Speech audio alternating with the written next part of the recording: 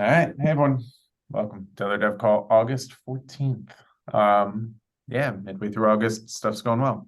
We'll just jump right into it. I think we're pushing out an article this week. I have like two that are waiting on Mike and Brenda for review, so prepare yourselves for an article.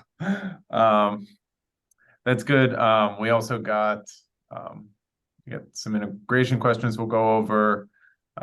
Brenda, you and I today, or Tim or whoever, Manta network asked for an oracle over there. They're an L2, they have a bridge. I think they're launching in like a week, I believe, or something, in a month, something like that. A month. And then, but their testnet's live, so we're going to go deploy in their testnet and that people uses there. So that's super cool. We'll do that today.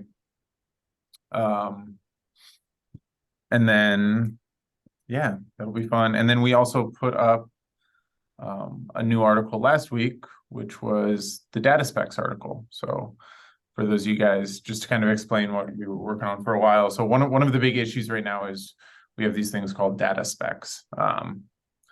Basically, whenever you're submitting values for Tellor, you have query data, which is basically the bytes form of the question. So like for ETH US dollar, it would say like spot price, ETH USD, and I think that's all it is, right? For spot price, but it would say like that, and then you hash it and you get what's called a query ID. And we basically have there's a GitHub repo called the data specs where we store all of the specifications for like spot price type. So what does spot price mean? And it means the current price on, whatever exchanges. And then we have other types as well. So we have we made a new one last week for inflation data. Yep. We have cross-chain stuff. So if you wanted to read like EVM contract calls, if you wanted to go read another EVM chain, there's a data spec for that, and a whole bunch of them. You can go look.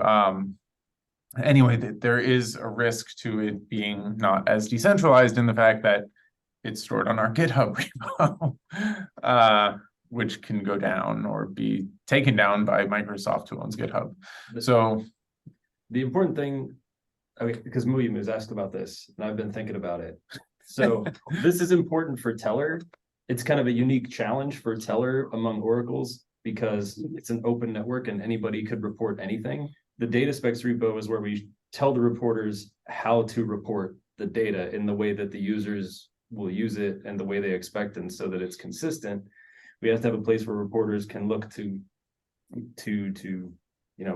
so that they can, with whatever software they're using, if they're not using our software, they can encode it correctly. Yep. And not get disputed. And not, yes. They can, yeah.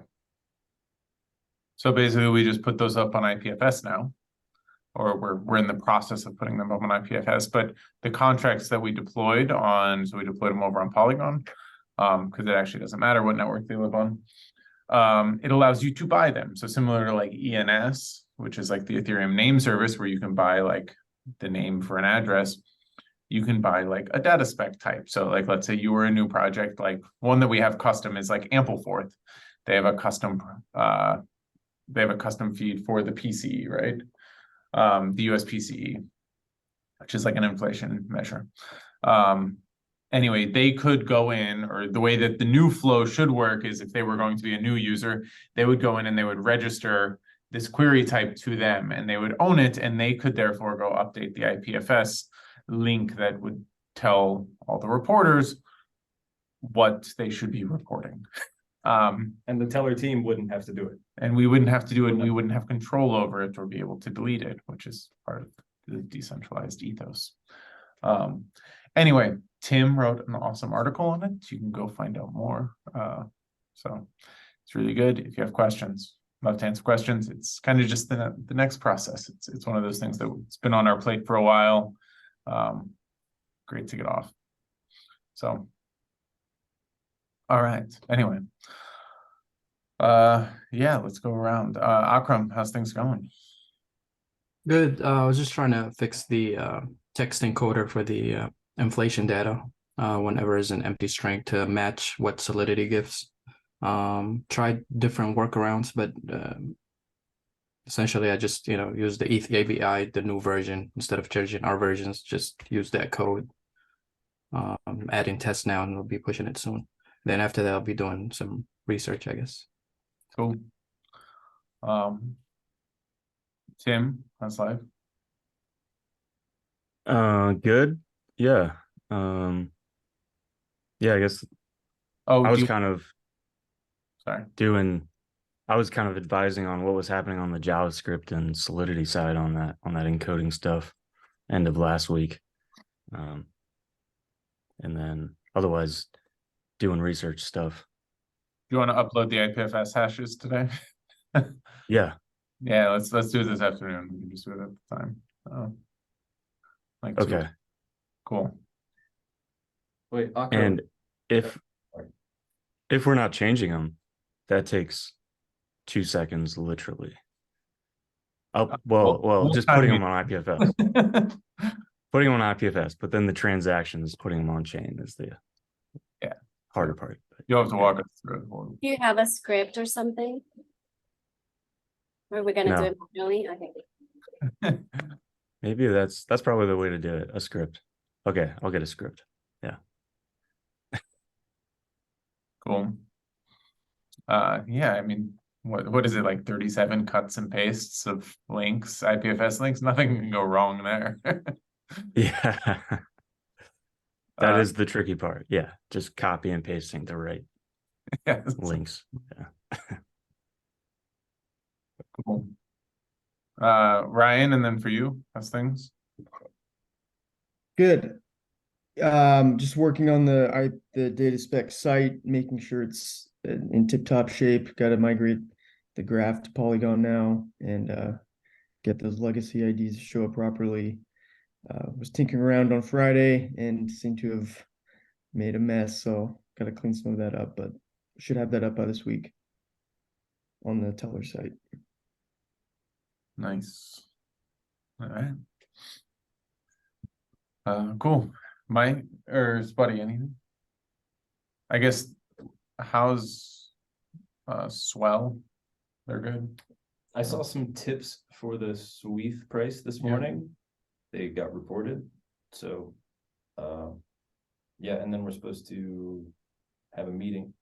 The Bailey said that he's gonna try to set up a meeting with us and Raf to talk about that backup scheme. Yep. Cool.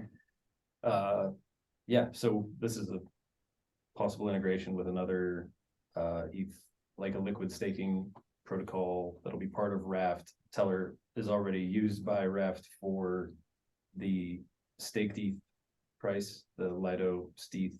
The Raft uses Chainlink, right? They use Chainlink as a primary. Yep. But swETH USD does not, Chainlink does not have a feed. So they're using Redstone as a primary, and Redstone works very differently from how Chainlink works. So it's a new backup scheme that's never been done before. We're figuring it out. We'll figure it out. So, and then, cool. All right. Yeah, Mike, anything? Brenda? Brenda, I could use some assistance on some. I need your Excel wizardry support if you want to stick on after the call. Yeah, definitely. Okay. I'm trying to catch up, so maybe we can catch up after this meeting and I can prioritize. Yeah. Cool. Ryan, any questions? Yes, from Chewy. Is there any way to use the time-based rewards strictly for price feeds for new integrations, giving them some free reports, maybe only for the first few, to get some action or evenly split between all the users?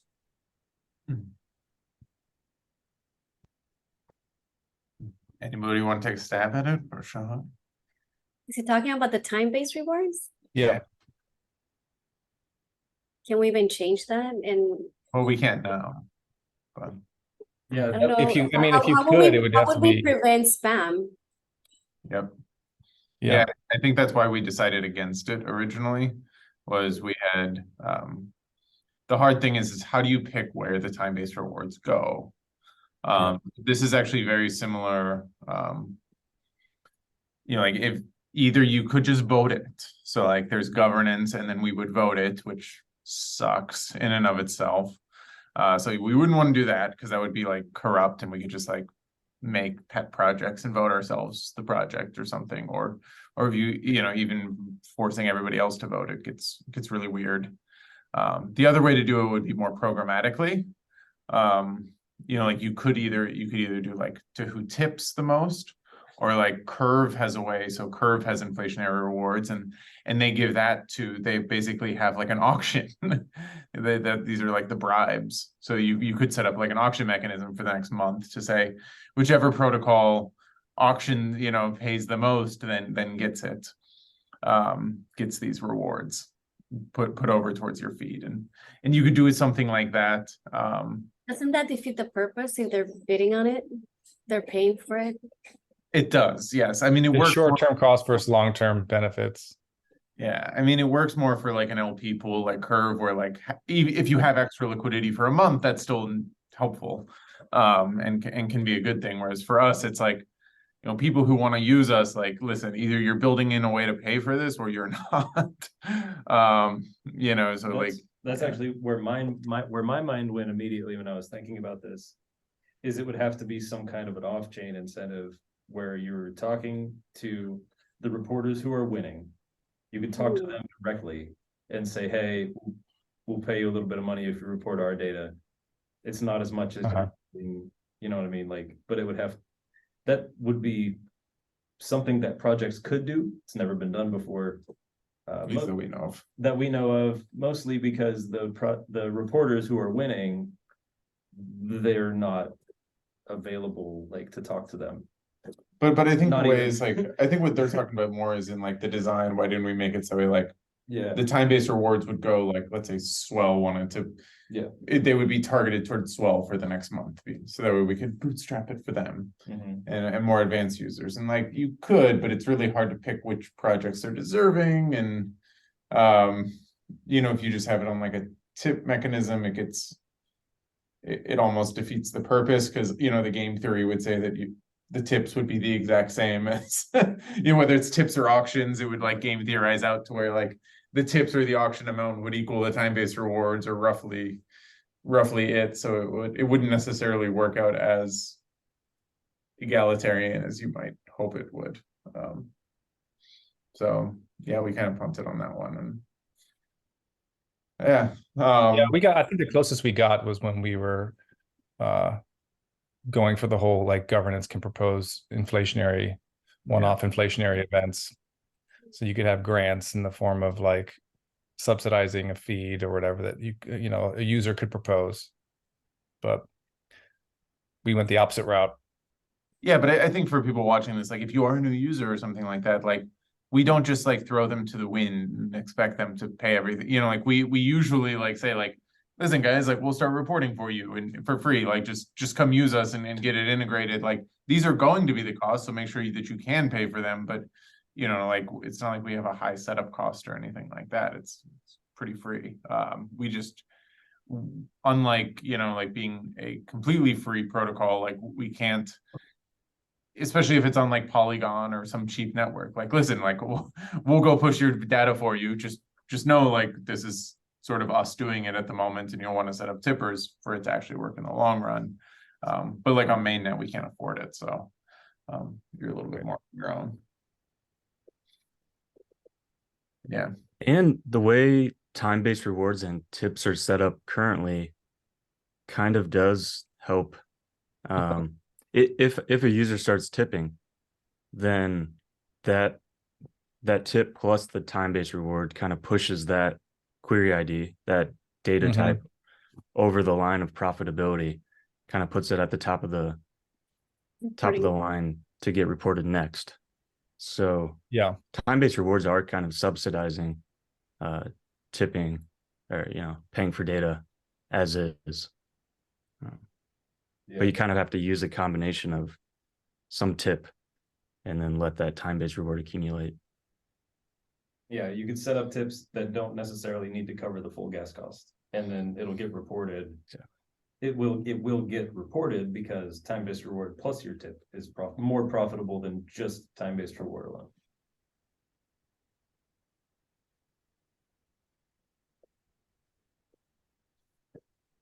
Got it.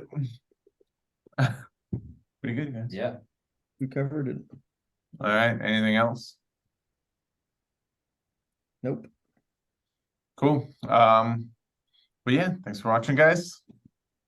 Talk to you next week. Good.